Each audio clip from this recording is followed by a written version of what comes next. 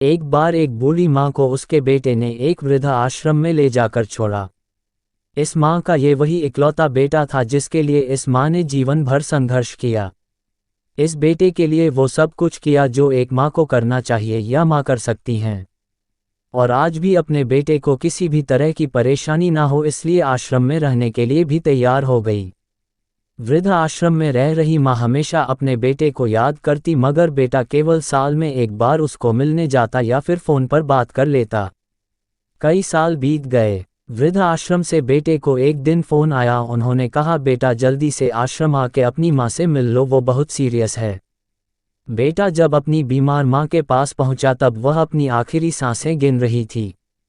बेटे ने अपनी माँ से उसकी आखिरी इच्छा पूछते हुए कहा, माँ मैं तुम्हारे लिए क्या कर सकता हूँ बताओ। माँ ने कहा, बेटा इस आश्रम में गर्मी और मच्छर बहुत ज़्यादा है, यहाँ पर कुछ पंखे लगवा देना।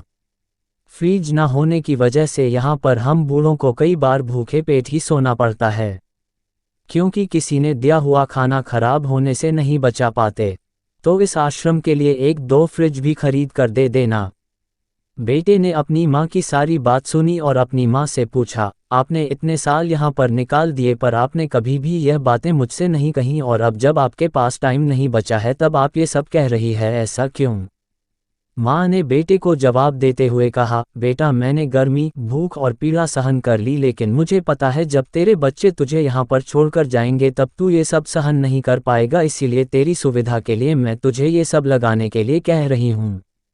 दोस्तों, माँ की ये आखिरी लाइनें किसी भी बेटा या बेटी की आंखें खोलने के लिए सक्षम है। इतिहास हमेशा अपने आप को दोहराता है। अगर आप चाहते हैं कि आपके साथ अच्छा व्यवहार हो तो आपको भी दूसरों के साथ वैसा ही व्यवहार करना पड़ेगा।